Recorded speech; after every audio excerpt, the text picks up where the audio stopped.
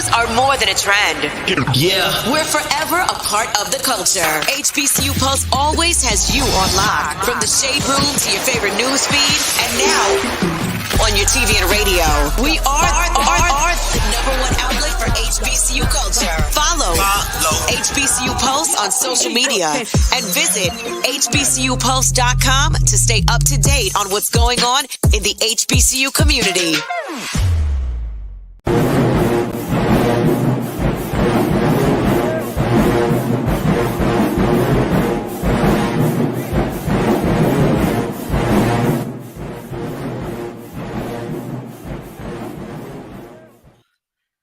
Yes. We are back again. What's going on, everybody?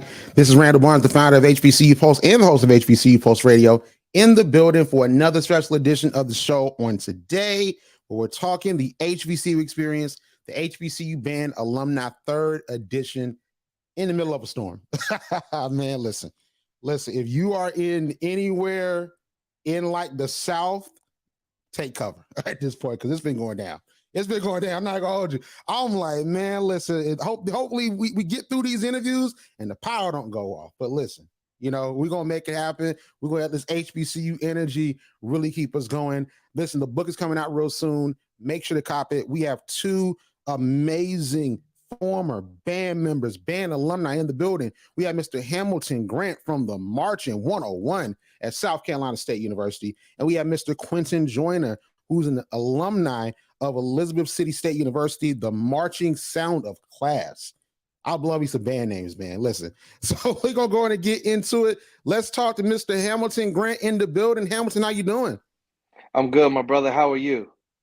Man, I'm trying to stay from this storm, man. This hurricane, man. Listen, it seems like every year it rolls around fast and it's like it can't get out of here. I don't know where you're located, but here in South Carolina, it's like we got one eye on everything that we're doing and the other eye on the TV screen trying to make sure we're going to be safe. So definitely praying for all of our viewers and listeners who may be in the path of the storm. For sure. And it seems like it happens the same time every year, because it happened the same time last year at the start of the football season, at the start of band season. But just like last year, we're going to get through it. And we're going to get back to doing what we do. You feel what I'm saying? Got to transition. Absolutely. Just like that. But listen, man, outside of that, like, how's everything going with you? You're in the book, The HBCU Experience, the HBCU Band Alumni 3rd edition. How you feeling about being in the book, man? Man, I'm blessed. I was honored to be part of this book with so many amazing people. And for this edition and the other 2 editions as well, band for me was such a pivotal role, not only in growing up, but definitely in college. And I learned so many life lessons that I'm able to apply to not only the professional career, but the personal career as well. And so I'm honored to be able to share some of those experiences and what has taught me as a leader. And hopefully everybody will enjoy it and go pick up the book. I love it. So listen, you went to South Carolina State University, the Marching 101. Yes, sir. So you got to tell me, what made you choose South Carolina State as your HBCU? So being someone from South Carolina, and my father and aunts and uncles were all South Carolina State grads, the 101, which is it, growing up, hearing those legendary Ronald J. Sargent arrangements and seeing the band go against the Southern universities, your FAMUs, your Jackson States. I mean, it was just something that really enamored me. I can remember some of my earliest memories here in Columbia, listening to the 101 come down Main Street during the Christmas Day parade, playing I Saw Mommy Kissing Santa Claus. And so from then, hearing those arrangements and hearing things and seeing the movements, I always knew I wanted to be part of the 101. And just so happens, Drumline was a pivotal movie for all of us. And so the band director at the time, Morris Brown, Mr. Eddie Ellis, had just left Morris Brown and came to South Carolina State. So on top of wanting to come to South Carolina State and seeing the band director from Drumline be part of that band, it was a match made in heaven. So that's how we got to Orangeburg. What? So he taught. He not only he taught y'all, but he was the band director from Drumline. He came from Morris Brown to South Carolina State the year you were there. Yeah, so not the year I was there. I believe Drumline came out around 03, 04. It came out 2002. It came out 2002. Okay, so 2002, and that's back when Morris Brown had all of his enrollment up. It was popping. And it's still popping now. Shout out to the new president, Dr. Kevin James. And so Mr. Ellis was director of bands there. And so kind of when they went through their troubles, Mr. Ellis transitioned from Morris Brown to South Carolina State. And you're right, his first year at South Carolina State was 2004. And seeing what he did with that program after Mr. Sargent retired and how he grew it, I mean, it was just attractive to see the 101 grow to that size and have that kind of power. And I said, I want to be part of that movement. So one thing I'm always really interested in is how folks in leadership positions make things happen. Like, for example, you look at a presidency and then, you look back on the legacy of United States president, like a Joe Biden or Barack Obama. And you're like, when you look back at it years from now, you list them based on signature achievements. Or you look at a basketball player, LeBron, you look back at his career on signature achievements. So I want to get into it like in a band context. So your band director from Morris Brown came to South Carolina State. So what were some signature things that you saw him do for the band to help in the expansion of the Marching 101? Well, one, the recruiting was off the charts. I mean, Mr. Ellis is a recruiting wizard. He can get anybody from anywhere to buy into a program. So we had kids from all over South Carolina. We had kids from DC. We had kids from all over Georgia, Florida, had some transfers from different schools in Virginia. So just buying into the idea of the program and actually seeing it come to fruition was something that was really, really cool. Going into what you were saying, listening the accomplishments, some of the things we were able to do. I mean, we were part of the first squad to have 8 drum majors. So my junior year, that was my first year as a drum major. I was part of a squad of 8. Senior year was 7. I think my senior year was if all the band heads, if you go back and look at the footage, South Carolina State playing Florida A&M. This is right after Dr. William P. Foster passed away. We were part of that squad to present the wreath to the FAMU drum majors. And so that show really catapulted us and propelled us to go to our first Honda Battle of the Bands. And so we went to Honda Battle of the Bands. My senior year, that was the first time the 101 had ever attended or participated as a band. So there were several highlights and accomplishments and first that we were able to tackle while I was marching in the band there at South Carolina State. So when you said that there were 8 drum majors, at first, my first initial thought was shock. Then I thought about it and I'm like, I'm used to this though. Because like Jackson State has like 6, 7 of them. And then you have other schools that have a good significant amount of them. But I think the one thing that a lot of us don't really talk about is how do you manage that? Because, what we see typically from like a drum major in high school or, drum majors at smaller institutions, there's only like 1 or 2, Mm-hmm. So like you go to a school such as South Carolina State and there's 8 of them. So what was the process of becoming a drum major like? And how was it managing being a drum major with 7 other people? Yeah, in the words of one of my favorite drum majors, Tarek Miller, he told me being a drum major is 90% mental, 10% physical. And when you're going through tryouts and cardio and working out and really breaking down the steps on that showmanship and slowing things all the way down so you can get the fundamentals, it really seems like the opposite. And then if you're so fortunate to come on the other side of the whistle and become a drum major, it makes so much sense. So having that process, and even with, you would think in a squad of 8, things would be able to flow a certain way. I mean, there's definitely kinks you got to work out. I attribute it to saying, you've got however many drum majors, you got to practice so hard to where every step looks like one person. And that's not something that you get just during pre-drill. Sometimes that could take an entire season. And so effectively working through communication, working with the band, showing them that there's a shift from being an instrumentalist to a drum major, because there is a shift that has to take place, or unless the leadership won't be respected. But in the same vein, you can't act brand new and joke around with somebody before band practice and then try to give them push-ups during practice. And so a lot of it is leadership, evaluation, growing up and maturing very fast. I mean, I can attribute some of my hardest moments and most embarrassing moments were in front of 325 people. But it builds so much character, that once you take care of it and you attribute it to your professional career and things that you want to do, I mean, it's so applicable to different aspects of your life.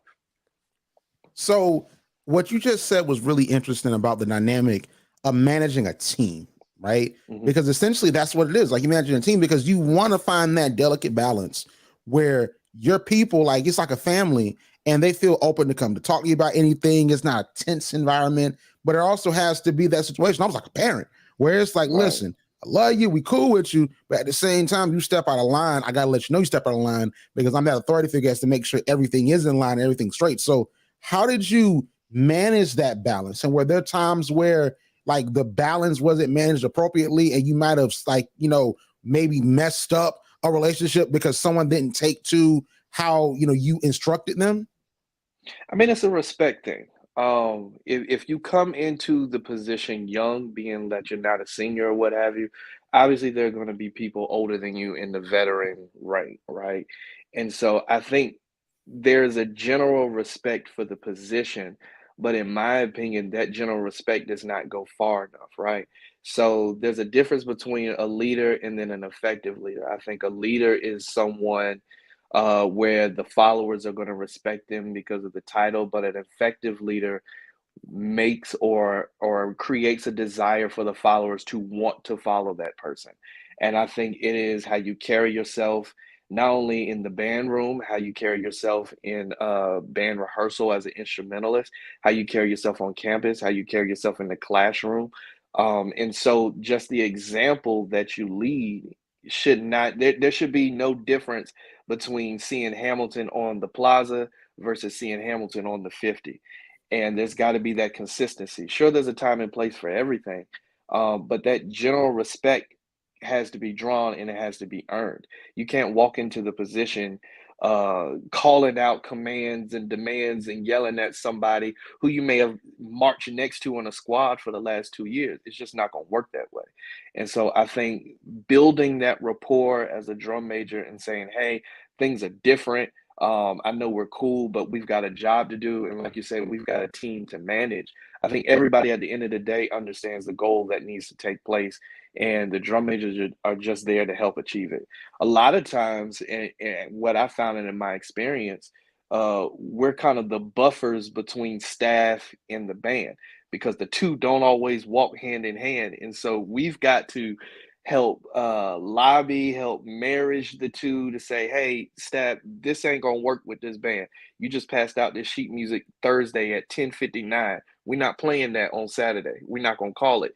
And then the band got to understand, all right, it's Wednesday. We're changing the entire show. Let's get our mind right for this Saturday routine. And so you've got to play that delicate balance in understanding the dynamics, understanding that everybody is a character, and also understanding that everybody is going through something. There are always different kinds of stressors. They're different. You don't know what somebody's home life is. You don't know what somebody is going through in college. You don't know if they ate that day. And so just really building that family dynamic and treating people with respect. I love that. I love that. So I always got to ask this to the drum majors because, you know, we're socialized in a certain way by culture and especially by the media. So, you Mhm. know, we know that, you know, the quarterback is supposed to get all the women and the basketball players is the most popular person on the campus. And of course, with college, you have the folks, you know, that are Greek. You have the student leaders, the SGA president, the SGA vice president. They're real big on campus, you know, and in some places, the cheerleaders is real big. But I think oftentimes, you know, within that popular culture of college culture, that drum major is like that guy or that girl on campus. Like when they walk in the caf, it just gets silent because that's the celebrity on campus. So was it like that for you? It's definitely a celebrity aspect. We typically had come from small universities and smaller campuses compared to some of our other PWI counterparts. So it's a family environment, right? So everybody knows everybody, right? So versus going to a Power Five school, I may never run across the quarterback on campus. But in HBCU, I got 3 classes with the quarterback. Or I go hang out and go to the CAV with the head drum major, or uh, I take classes with the champagne captain. And so having that feel and that swag about you and that confidence really helps to give you the confidence need to be a drum major because it's impossible to be a drum major and be timid, right? You got to have confidence. You got to get out there. You're getting out and showing off in front of thousands of people and being in charge of essentially hundreds of people. So there's got to be a level of confidence there. But you've also got to have a level of humility, because one thing that we did was, just because you're a drum major this season, you still got to try out the next season. So your spot is always evaluated, and it's harder to come back as a drum major than it is to become a new one, because we evaluate you on a whole nother level, because we expect that much from you from a different standard. And so the element on campus is pretty cool, but you got to have a level head. You got to, or just like anything else, you can run away with it and it'll destroy you. Hey, that's a fact. And what you said was so true about having classes with like football players and band members, and you're like, hey, like that was good. It was a good game on Saturday. You know what I'm saying? Like, yo, you did a good performance. And they'll let you hear it if it was trash too now.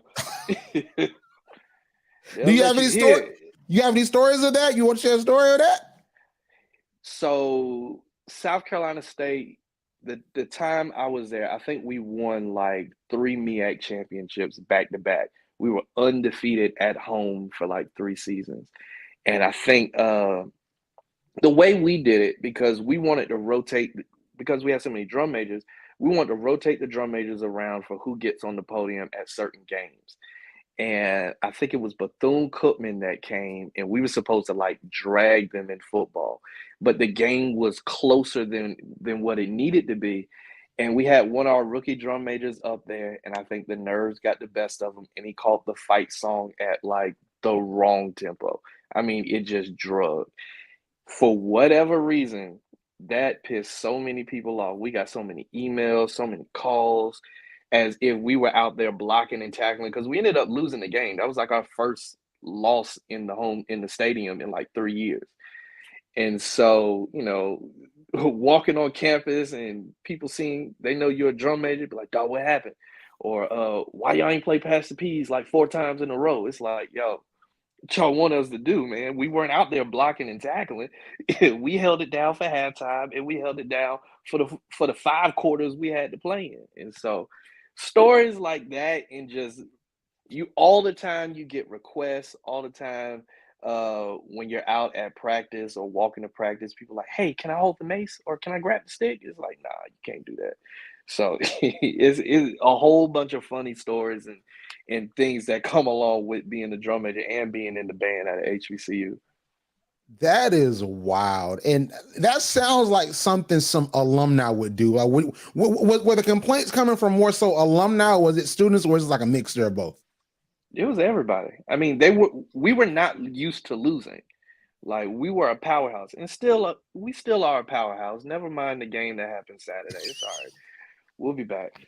We're still a powerhouse. All right. And I'll stand on that. But we were not used to losing, period. So to lose at home was like a shocker. And so people just needed an outlet or frustration, because we're not used to losing. And for whatever reason, the band caught some of it, and the football team definitely caught a good portion of it. But I mean, I think it comes for everybody. And even now, to the extent when programs transition and programs change, the biggest people who are disgruntled are always alums and supporters. And that's by nature. We always go back to our experience, to when we were there on campus, or when something was popping, and when it's not that, or when it's not at that level in which we think that it should be, we always got something to say. So it comes with the territory. It does. It does. And I want to say this before, we talk a little bit about this ESPN HBC Band of the Year competition. I want to get your thoughts on that as a former drum major, but I gotta also, as a South Carolina State alumni, because you transitioned into a great football story. Now, you got head coach Buddy Pugh announced his retirement last Thursday. This is his last season. And it was really bittersweet for all of us in the HBCU community, because I was telling my co-host Ariel this on our radio show, that like I wasn't alive for Eddie Robinson, because I was born in 96, so he retired in 97. So of course I didn't see that. I was a baby, so it's like you have your Jake Gaithers, you have even your Willie Jeffries at South Carolina State. But like I got a chance to see the greatness of Buddy Pugh. I got a chance to see the 2021 Celebration Bowl. So for you, not only as a student and an alumni, but as the drum major, the Marching 101, what are your thoughts on his legacy at South Carolina State? I'll take it a step further. I remember when Willie Jeffries, because I'm a little older, I remember when Willie Jeffries was coaching and Willie Jeffries made his transition out of that coaching seat and Buddy Pugh stepped in. And so I've had the unique experience of seeing the greatness that is Oliver Buddy Pugh on several different levels, from a high school kid just watching South Carolina State football to a college student participating in the band and not only home games winning, but going out on the road with the football team into hostile environments and seeing how he had the football team composed, to seeing classmates, fraternity brothers who played football go to the NFL and be some of the most valuable assets to their teams and the highest paid players in that position in the entire NFL. Shout out to Darius Shaq Leonard, root to the Qs, to being elected to the South Carolina State Board of Trustees and seeing the greatness of Buddy Pugh on a whole nother administrative level. Taking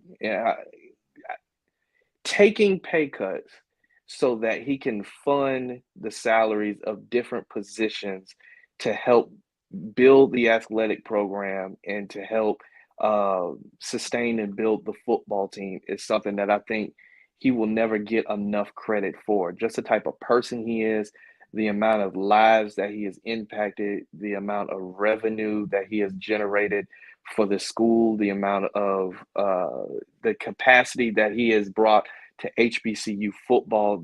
I can go on and on about Buddy Pugh, and that's somebody that we're going to miss regardless of the win-loss column on the season, because that's somebody you can never replace. And so congratulations, Coach Pugh. So very thankful for all that you've done for South Carolina State and all the HBCUs as well. Wow. You just really said a lot. I'm digesting it all. So like, he took a pay cut like to make sure like the football team was good? Well, let me not say he took a pay cut. One of the things that he did was, and when you get into these negotiations, and particularly when you have people who are returning, you can negotiate salaries and you can do this. So instead of saying, hey, this is my salary, take some of this money, put it towards different programs in athletics so we can fund and make sure that we have different positions and qualified people that we can put there. If you just look at the track record of the people who have come through the athletic department, because we talk a lot about football, South Carolina State has been running the game when it comes to men and women tennis for the HBCUs for decades. And so, while football is the cash cow, making sure that it is equitable amongst the athletic department and is equitable visibility for the college and university. And so having somebody like Buddy Pugh in that position to where people want to donate to the vision and donate to the success that he has put out and planned, I mean, that is something that cannot easily be replaced. I think the only person in terms of a revenue generator that I can compare to from a coach aspect is, of course, Deion Sanders at Jackson State. And he was able to walk in and do that immediately. But look what he came with. He came with star power. He came with a brand. He came with a name. The majority of our HBCUs cannot and do not have that aspect and resource. And so to have somebody that kind of built that from scratch from the legacy that Willie Jeffries built, I mean, it is amazing. Wow. Like, that is some perspective, and it really shines a light on his impact, because I mean, what I really go back and I look at is the folks that came through the program, especially the football program, not just, the players. Of course, we can talk about Javon Hargrave too, because he just got the bag from the 49ers, who just in the Super Bowl, a part of what, even without the Super Bowl win, is going to be a legendary defense that folks talk about in that Eagles pass rush on last season. Davis, wide receiver, balled out last Sunday with the Saints. Antonio Hamilton with the Arizona Cardinals. I mean, the list goes on and on and on. And so, I mean, these guys all walked the halls of South Carolina State University. Going back to what we talked about earlier, these people I had classes with. These are the people who we set out hops with after we finish pledging. You know, these people we still have relationships and are able to call. And, you know, it is not just South Carolina State. Whenever you see somebody on TV or whenever you see somebody in a position that balls out on whatever field it is, from a celebrity aspect or to just somebody who is big and doing good things in the community, there's a sense of pride that's there. I mean, we had Miss USA that I hung out with in college from South Carolina State. And so, you know, there are greatness that these HBCUs produce. We've just got to shine the light on it more. Hey, that's what we're here for. That's what we're here for. And that is what the HBCU experience, the HBCU Band Alumni 3rd edition is for. And we're going to talk about your chapter in a second. And, you know, we talked a lot about South Carolina State and Buddy Pugh because, of course, that's the weight in the room, because that's just happened less than a week ago. But I got to get your quick thoughts. So ESPN HBCU Band of the Year competition is going down at the Celebration Bowl the Friday before the actual game. And it looks like, you know, it's week 1. So it's going to start. We're going to start really seeing what's popping with the rankings, who's going to make it. South Carolina State's in that mix in the MEAC. So what are you thinking about the competition? One, I love the idea. I think with all of the competitions and with all the battle of the bands that are happening, they're happening on a bigger scale. So when I marched, our battle of the bands pretty much looked like, all right, you got this high school this weekend where your exhibition, or this high school has an exhibition, or we go down Daytona for the Bethune-Cookman game, and then everybody gets on the bus the next morning and go down to Charleston, Bethune-Cookman, South Carolina State, FAMU, North Carolina A&T, Benedict College. They all do an exhibition. And so it's really exhibition style. So there are no bragging rights associated with it, with the exception of Honda Battle of the Bands when I was coming up. And so seeing the different Battle of the Bands happening now on much larger scales, I mean, I would love to rewind the days and be able to say I marched in something like this. And so having the public being able to weigh in, because let's be honest, we go to these Honda Battle of the Bands and these other bands, there's no winner per se. But you know who showed out, you know who was blowing, and you know who came and was ready to hold it down, right? And so to put these rankings to it is going to add another level of bragging rights that comes with it. I mean, just imagine hearing the announcer saying, for the second week in a row, the South Carolina State Marching 101 is the #1 ranked HBCU bands according to ESPN, the magazine, or what have you. I'm going ahead and speak that into existence. So 101, let's get on it. But I mean, it's an amazing accomplishment. It's fun competition, bragging rights. The alums and the band heads, they'll do what they need to do and what they'll always do. But I mean, it's great for the kids and for the students and for the universities. I mean, these are big time sponsors that buy into these packages, into these events, which could be corporate relationships for these universities as well. That's very true. Like, you really said it all. Now, I gotta say this because, like, you know, we get into the the halfway point of the hour. But South Carolina State marching 101 gonna make it, right? It's 4 spots, 2 for D1. So South Carolina State marching 101 gonna make it. Okay, all right, we in there. Okay, so if South Carolina State marching 101 is making it, who they going against? It don't matter. It don't matter. You don't got like a pick on the other side. You see, we just went against Jackson State and held our own. All right, fair enough. it don't matter. Like, the attitude. And, you know, it's all competition, all fun, but the attitude that you got to have is it don't matter if it's 2 people or 400 people across from you in that stadium, you got a job to do. And so regardless of whoever it is, whatever school they come from, whatever their reputation is, 101 is going to be ready. And so we stand on that. One better than the rest. That's why we were 101. I love it. Hey, talk that talk. See, I love it, man. Let's see. We getting back to the season, football season. Band season, man. I love it's time to to talk. It's time to talk that talk. Listen, we waited all summer. We waited all spring semester to come back around to football season, to see those billows of smoke from the tailgates and the grills come back around, to hear your favorite DJ playing and to see the bands. You know, football teams are going to do what they're going to do. We love the football team, but the real nitty gritty come at halftime and the fifth quarter. And depending on what conference you at, it starts way before the game too. So, I mean, that's just the love for band culture. We emphasize a whole lot about South Carolina State, but I got a master's degree from Alabama A&M. And so I've lived in the MEAC and in the SWAC. So I've experienced both, and they're both very different. And I don't think it's really fair to compare the experience and the culture between them because they all have their nuances. SWAC is known for zero quarters. You're not going to see a whole lot of that in the MEAC. And so SWAC is also known for blowing in the middle of the game and the ref stopping the game to tell the band to stop playing. In the MEAC, they go fine you 10 grand. So, you know what I'm saying? So it's fines associated with that. Ask FAMU about the time where they had homecoming. I forget what year it was. They had homecoming, and they were the only band performing their halftime because the visiting band didn't bring their band. The visiting team didn't bring the band, and they were doing their come off the field routine, and everybody was not off the field by the time that clock got down to zero. They paid like a $15,000 fine. Jeez. It's What real, the dog. world?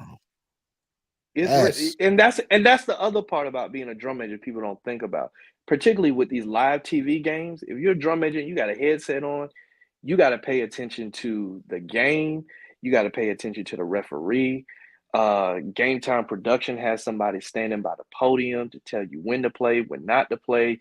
You got to stand the band up. You got to start the song, cut the song off before the visiting team hikes the ball because you can't really play while the visiting team has the ball. I mean, it's so much going on at one time to where if you're not on point with all of it, they're going to either sit you down or the director going to get up there and you may not want to play what the director wants you to play, or the director may not even want to play nothing.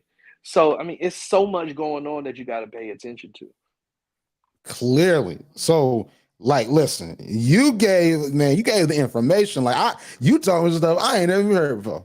You know what I'm saying? So it's like, listen, you gave us a lot of it. So I need you to just tell us real quick what your chapter in the HBCU Experience HBCU Band Alumni 3rd edition is about. Yeah, so I talk about lessons behind the whistle, different lessons that being a drum major taught me and how I was able to apply it to my professional and personal career. And so we talked earlier about effective communication, what it takes to effectively get your command and message out to 300 and some odd people who you don't know what kind of day they had, you don't know what kind of mood they're in, you don't know what kind of stress they have. But understanding that you have a goal and a job to accomplish, you've got to get that message to them, and they've got to be motivated to buy into the message.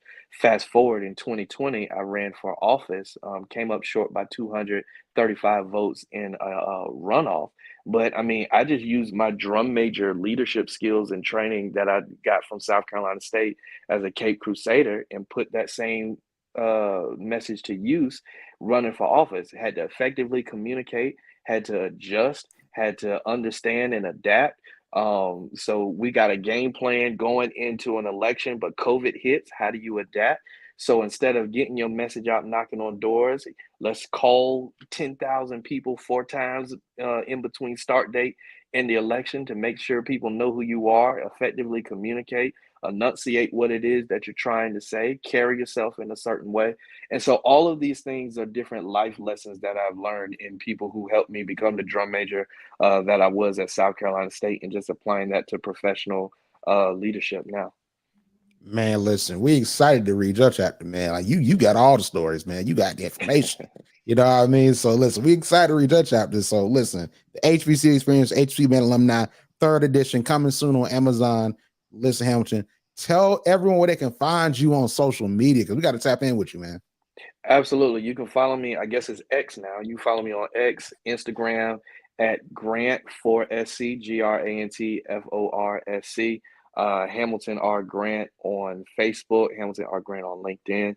I love to connect, love to see how I can be an asset, and let's build. One of the biggest mistakes I think as young professionals we try to network from going up instead of networking reaching out. And so when you reach out to the people who are with you, you create the groundswell. So when one make it, we all make it.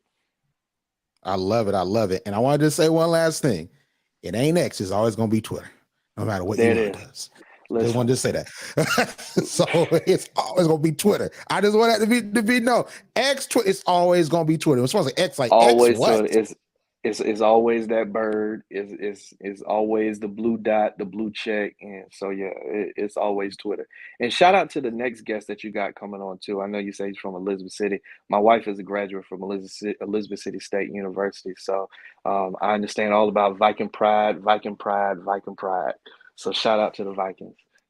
Hey, listen, we love to hear it. We love to hear it. Hey, shout out to her. All HBCU love all around here. But Liz Hampton, thank you so much for coming on, and thank you for the information you were part of for sure. It's been my honor. Thank you. Thank you, man. Listen, we're keeping it going. Elizabeth City in the building. The marching sound of class. The name. I'm telling you, these band names are amazing, man. So we're gonna bring on Mr. Quinton Joyner in the building. How you doing, sir? I'm doing well. How are you? I'm pretty good. Listen, the marching sound of class. Elizabeth City State University. Love me, Elizabeth City State University. Y'all be making it happen, man. How's everything going? Everything's going really well. Right here, right now, I'm at Shaw University. We got band practice going on outside, so I don't know if you can hear me so well or whatnot, but I'm gonna do the best I can. Listen, we're gonna make it happen. We're gonna make it happen. So first and foremost, how does it feel to be in the HBCU experience, the HBC Band Alumni 3rd edition? I really can't explain it. I'm just honored and privileged to be a part of this experience. I'm one of the first from Elizabeth City State University to get the opportunity to participate. So I'm really proud of this opportunity, and I hope that I made my fellow Sound of Class members proud as well. So listen, you chose Elizabeth City State University as your HBCU. So what went into that process of you choosing Elizabeth City State? So I kind of talk about it a little bit in the chapter. I didn't really know a lot about HBCUs in the beginning. As a high school student, I was more familiar with East Carolina University, and that in itself, a lot of my teachers in high school, middle school, they all went to East Carolina University, and so that was what I heard a lot about. One day, jokingly, I was being sarcastic, as I'm prone to do sometimes, with one of my teachers. And she asked me, she said, "Quinton, what are you going to do after high school?" And I said, I'm going to work in this factory in the next town or whatnot. And so I guess that made her mad because she never told me what went on after that, but she just kind of gave me this look. And so she walked away and just went on with class.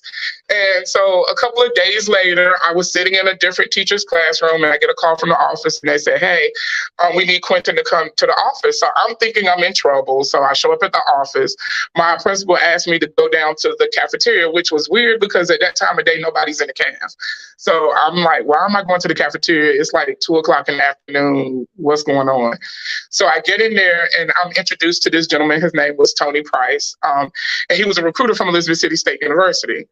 And talking to Mr. Price, he fills out my application for me to go to Elizabeth City. And then he submits it. And he tells me, says, "Hey, I'm going to submit this application. I'm not going to charge you any application fee, whatnot. We're just going to see what happens." And so in about 2 weeks, maybe 3, I received a letter saying I was accepted. And then I received my awards letter pretty much saying that the majority of my cost for school was going to be covered. And so that's actually what helped me make the decision about where I was going to go. And in that process, I ended up at Elizabeth City, and the rest is history, I guess. I love it. I love it. So joining the marching sound of class. So how did that happen, and how did that come about? And tell us about your experience. So, of course, one of my, I did band all throughout middle school and high school. And so one of the questions he asked me was about the instruments that I played. And graduating from high school, I would say I played 2 instruments comfortably, but I was familiar with about 4.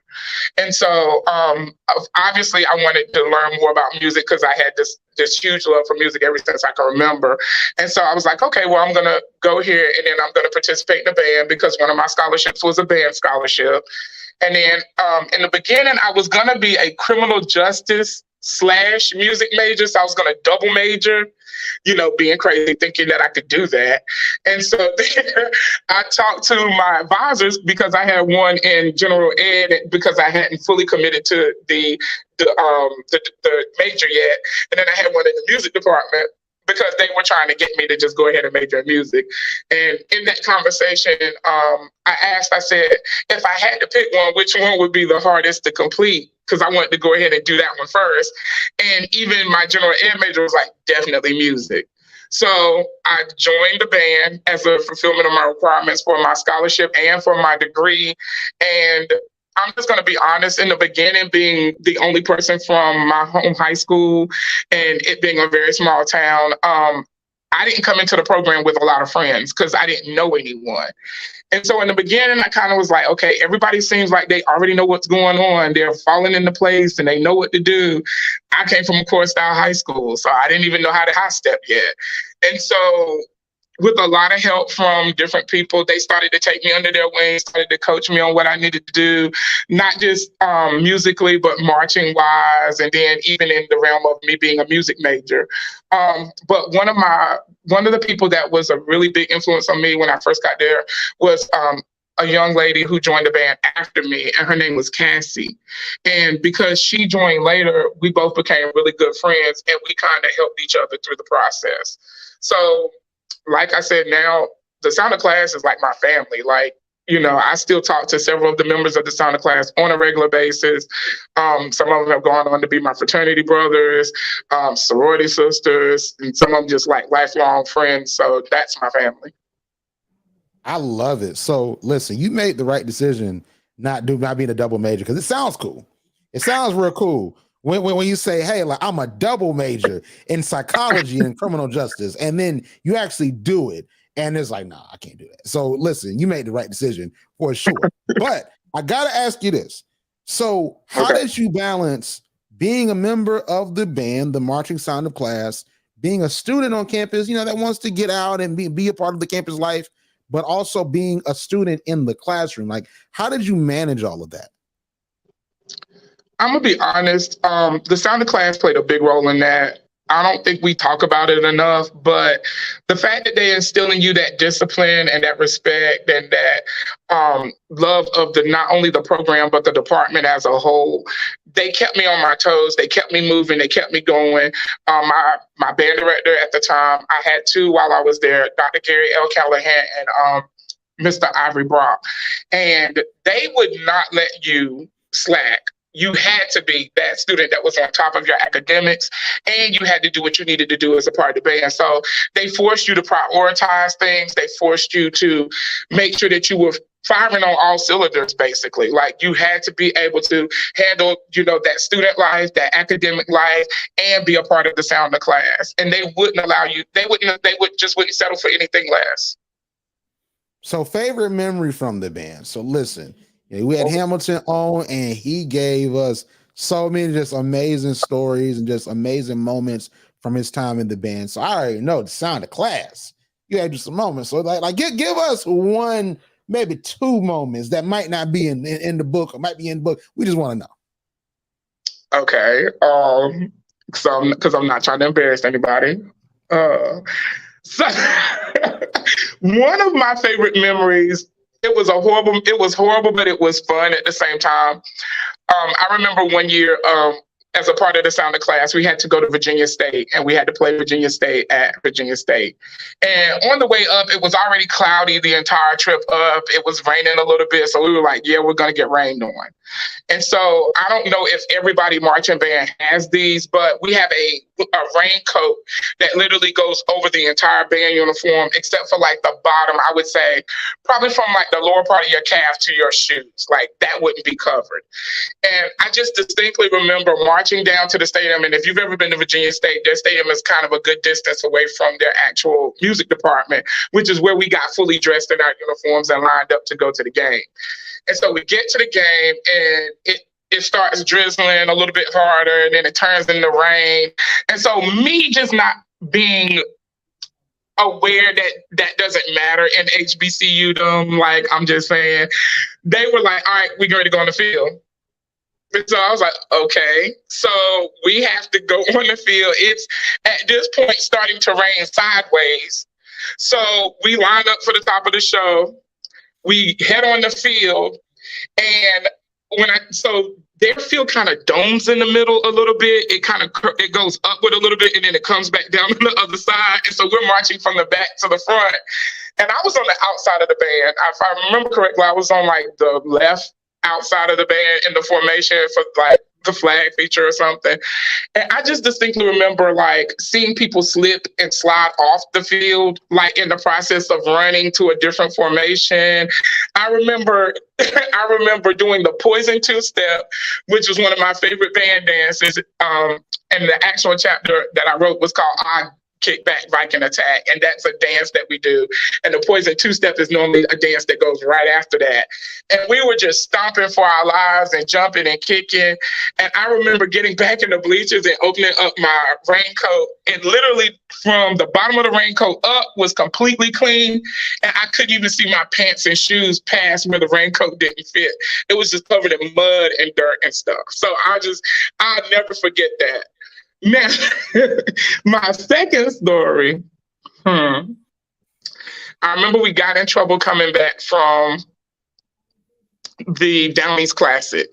So the Down East Classic is a game that Elizabeth City does yearly where they play different HBCUs. So like we've played Fayetteville State, we've played, I think one year we played Morehouse, we've played, I think Livingstone, or just random different HBCUs that we could get to participate in the Down East Classic. And this particular year, we went to the Down East Classic, and everything went really, really well until the bus ride back. And I was on the second bus. So our bus, we were kind of tired. Like we were sleeping. Like it wasn't a lot going on. It was really, really quiet. And so we were almost back to Elizabeth City. And I remember waking up and seeing them pull off to the side of the road. The first bus just pulled off to the side of the road. And so I was wondering what happened. I don't know what went on it. And so then I see the bus pull back on the road, and so I'm like, okay, everything's fine. And so we get back to campus, and we basically get fussed out by Mr. Brock, and we were told that we weren't going to be able to go to the away game that was coming up, which was, we were supposed to play Benedict, I believe, in South Carolina. And so we weren't allowed to go. So the story goes that I guess they weren't satisfied with our performance that day or whatnot. And the first bus decided they were going to cut up on the way back to Elizabeth City. And so at that time, I believe it Ain't My Fault was out, you know? And so they decided that it would be cute to chant It Ain't My Fault all the way back, I guess. And so as punishment, we weren't allowed to go to the away game the next weekend at Benedict. But literally the second bus didn't know anything that happened because we weren't a part of that. You know, cell phones weren't a thing then. So it wasn't like we were texting each other and calling each other, telling each other what was going on. But yeah, it was I can't tell you the entire story, but it was pretty ridiculous. So I'm going to stop with that before people get in trouble. Oh my God. Like I'm visualizing but both the stories that you told, I'm seeing like the rain, and it helps that it was raining like an hour or so ago, and I was outside like looking at the rain, just trying to relax, get myself prepared for the interview. So I'm seeing the rain going south. I'm just seeing the whole entire thing. We need a movie at this point.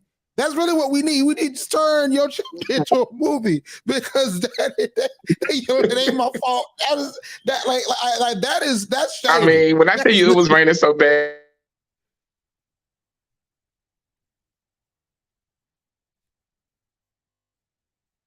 Hello, Quinton. It looks like we lost Quinton for a second. Looks like we lost Quinton for a second. He's gonna probably come back. Hey, that was a dope story though. That was a dope story. It ain't my fault. It ain't my fault. And the thing about it is you gotta understand, like that's low key like some shade though. You know what I'm saying? What it's like, hey, like don't say it to me. It ain't my fault. Like I can imagine that being a situation where the band already just got mad. I can totally imagine that. But listen, HBC Experience, the HBC Band Alumni 3rd edition. We're waiting for Quinton to come back. And it looks like, he disconnected, but he's going to come back on. Make sure, to stay locked and stay tuned. Man, we're almost at the end of these interviews. The last set of interviews is going to be on tomorrow. And it's just something about the band edition that's endearing. And I think it's the uniquely HBCU experience. Because when you look at band life, right? You have bands, high school bands, you got middle school bands, you have, other college bands like non-HBCUs, PWIs. But it just seems as if when you go to an HBCU and you're in an HBCU band, Hamilton touched on it a little bit, is that it's just a different experience and a different way the band members in an HBCU band are regarded, and just a different varied experience. And it's always just interesting talking to band members because it's also the level of pride, that you really get from, those conversations. Like, because like when Hamilton said, he said, listen, we was like, March 1 was at that South Carolina State game. We had our own against Sonic Boom. I felt that passion so much fervently within that statement that he said. I was like, no, I get exactly what you're saying. That's that pride, because like that's the ultimate level of school pride. The two ultimate level of school pride that you'll see for really any school, but especially in HBCU, that football battle and that band battle. You got folks that talk on social media about, oh, my HBCU is this, my HBCU is that. But you really know what's going on. You really know what's going to happen when we get to that point in time where it's that football game and it's that band battle. So we're going to see if we can get Quinton back, but we're going to go to a little commercial break. And then when we get him back, we're going to talk. Oh, listen, I was about to go to commercial break. He popped right back on. Listen, Quinton, like, look, they don't want you to tell the story. I think that's why they cut it. They said the ops, man, they tried to get me. It's okay. We cutting right there. Ain't no more can be said.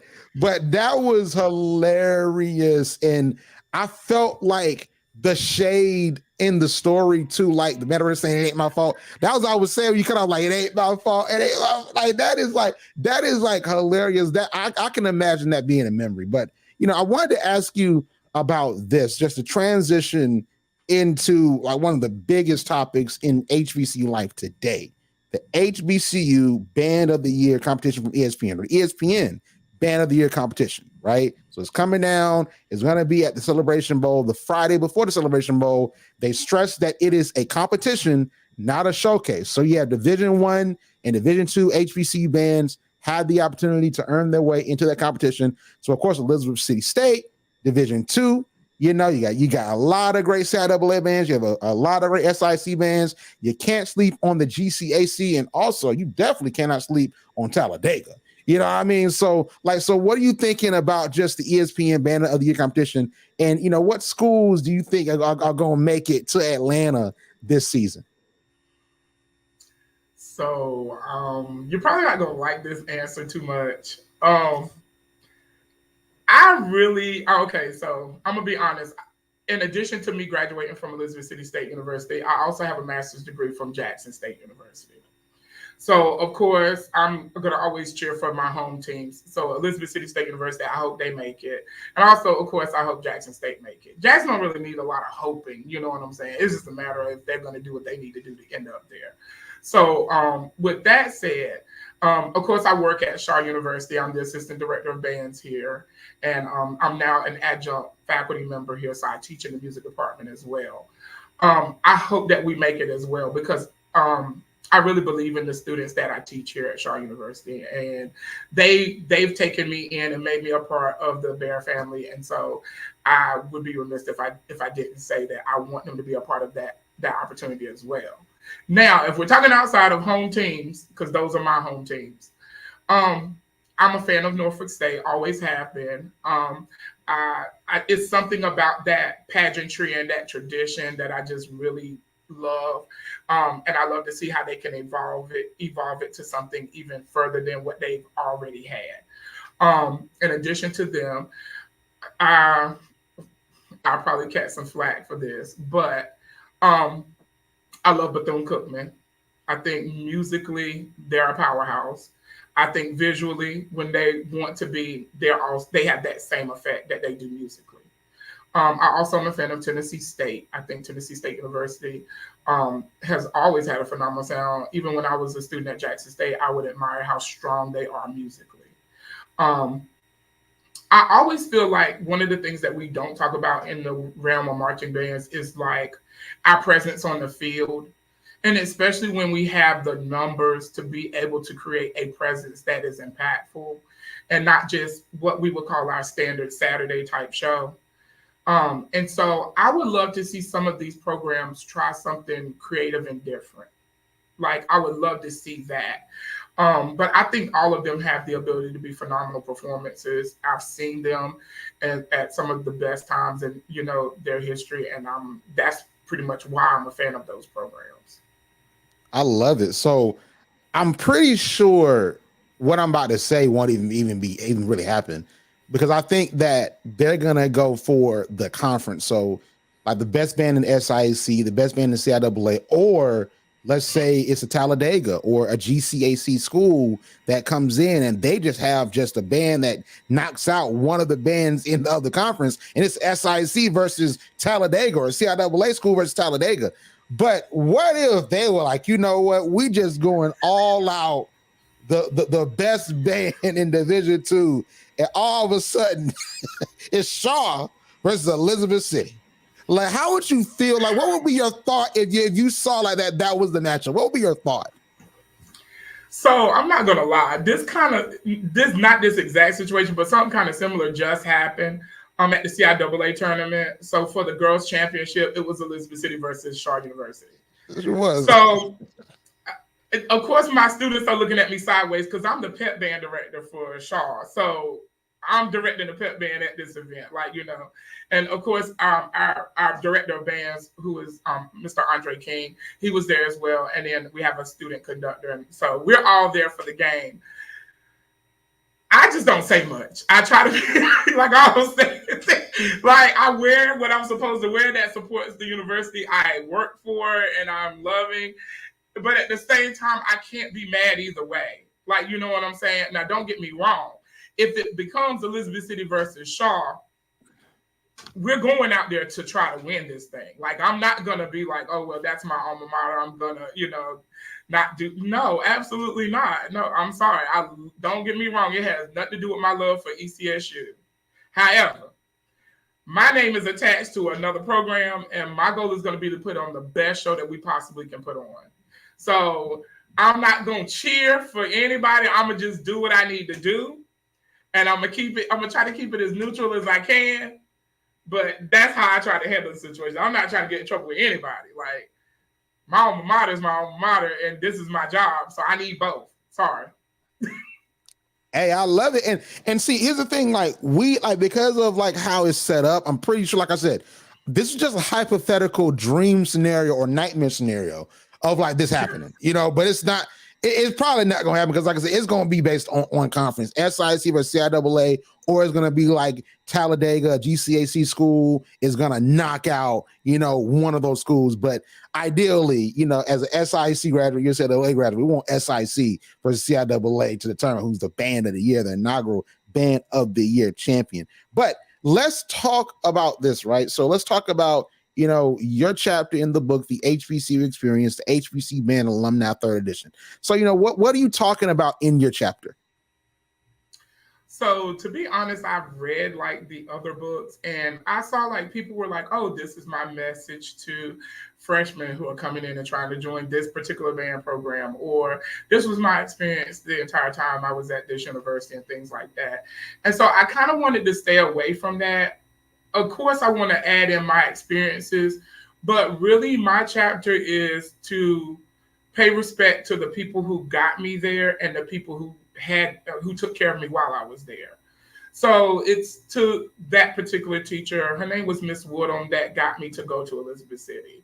My guidance counselor, Mr. Hodges. And when I was at Elizabeth City, Mr. Brock played such a huge role in me, not only being a bandsman, but becoming a band director and, continuing on to teach, kind of not in his footsteps, but to follow a lot of the rules and the understanding behind what we do moving into the career itself. Dr. Robinson, my department chairman, who did likewise, always supported us as students, always tried to make sure we were prepared for when we got into our career, could always go back to Elizabeth City and ask for help from our music department. And so in the university itself, in the band program itself, those entities that I feel like we pay respect to those things, but I don't know if we do it the best way that we can. And so I took this as kind of my little opportunity to pay homage to these organizations and these people that played such a huge role in my life and in me becoming the band director that I am now, and me getting those experiences and opportunities that I really don't feel like I would have been able to have at any other university. I love it. I love it. Listen, impact, paying tribute. You got to give folks their flowers. So I love to see it. So the HBCU experience, the HBCU Man Alumni 3rd edition is coming soon on Amazon. And I'm pretty sure real soon, maybe tomorrow, we're going to get a date for when it's coming out. So I'm super excited for that. So before we go, Quinton, tell everyone where they can find you on social media. So I'm not really a big social media person. I have a Facebook page, and of course, it's just Quinton Joyner. You can just search that or whatever. In the last few months, I started a TikTok, which doesn't have much going on it. But if you want to follow me on TikTok, you can follow me at Nevermind Don't. And that's my actual TikTok name. Follow me at Nevermind Don't. And that's an A, not N-E-V-E, N-E-V-A. Mind Don't. I love you say follow me on TikTok and never mind, don't. Like, you know what I'm saying? Don't do that. Like, you know what I'm saying? Like, follow me. Nah, don't do that. Nah, you know what I mean? Like, that is hilarious. You should have 1 million followers just off that alone. You know what I'm saying? just off like, oh, wow. Like, just that's so clever. You know what I'm saying? So listen, we go follow you on Nevermind Don't for sure and tap in. So when you start posting the videos, we watched it and we rocking with it. But listen, Quinton, thank you so much for coming on. And we cannot wait to read your chapter in the HBCU Band Alumni 3rd edition. All right. Thank you for having me. I really appreciate it. No problem. Thank you. All right, man. Listen, there are only 2 left. 2 more interviews before we're done. So the HBCU experience, the HBCU Band Alumni 3rd edition coming soon on Amazon. Pretty sure we're going to hear some more information that's coming up probably on tomorrow. So y'all make sure to stay tapped into that. Follow HBCU Pulse and you're going to know what's going on with that. And listen, if you're anywhere near this hurricane, please, please, please stay safe, because even if you're not in the direct path of it, you're going to get, some very inclement weather. So please drive safely. Please stay aware, and always just make sure, that you're making sure that everything's safe and all your surroundings are good, man. So, because we want to make sure that everybody's safe as we go into the football season and this amazing band season. Thank you so much for tuning in. And as always, we'll see you on the other side. I'll catch you tomorrow. Like what you hear?